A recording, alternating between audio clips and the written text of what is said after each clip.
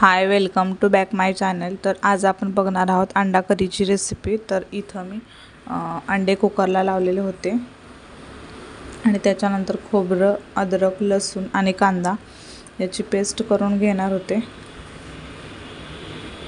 तर इथं मी हे सगळं कट करून घेतल्यानंतर ना खोबरं अगोदर भाजून घेतलं, जे की ओलं खोबरं होतं। थोडंसं भाजून घेतलं जेणेकरून पांढरं जे आहे तर ते भाजी दिसणार नाही। तर त्यासाठी जास्त पण नाही आणि जास्त कमी पण नाही, तर तशा स्वरूपात जे आहे तर ते भाजलेलं होतं।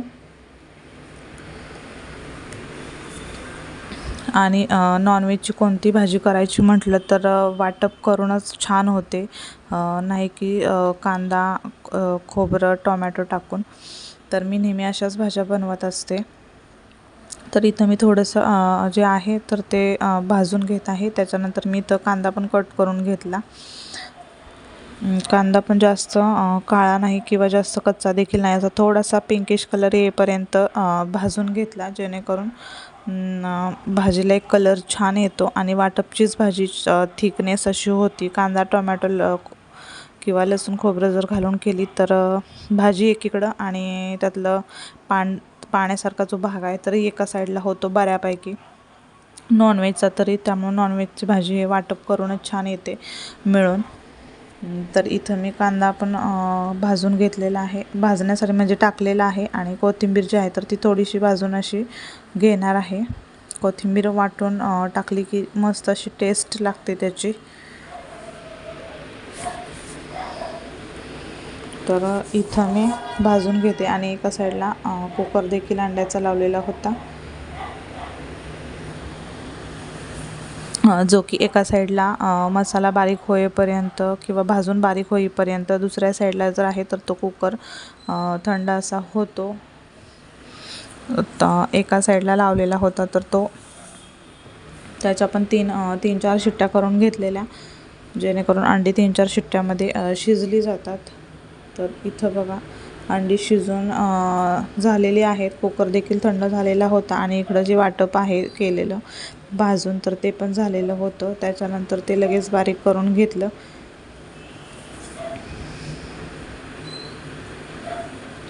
इथं अंडी पण सोलून झालेली आहेत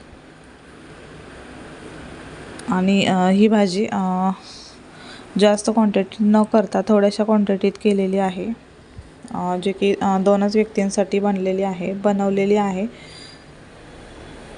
आणि नॉनव्हेजच्या भाजीला कोणत्याही थोडंसं तेल जास्त लागतं, कारण वाटप वगैरे करतो आपण। आणि नॉनव्हेजची भाजी ही थोडीशी जास्त करतो, जे की रोजच्या प्रमाणातल्या भाज्या ज्या कमी क्वांटिटीत असतात त्याच्या तुलनेत तरी थोडीशी जास्त होते।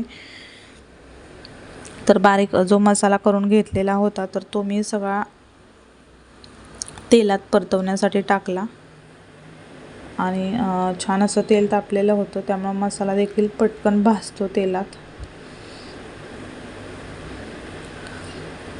आणि त्याच्यानंतर थोडीशी हळद देखील टाकून घेणार आहे। प्रत्येक भाजीत हळद घालते, जेणेकरून हळदीची टेस्ट आहे किंवा फ्लेवर आहे तर तो छान येतो आणि कलर देखील भाजीला छान येतो।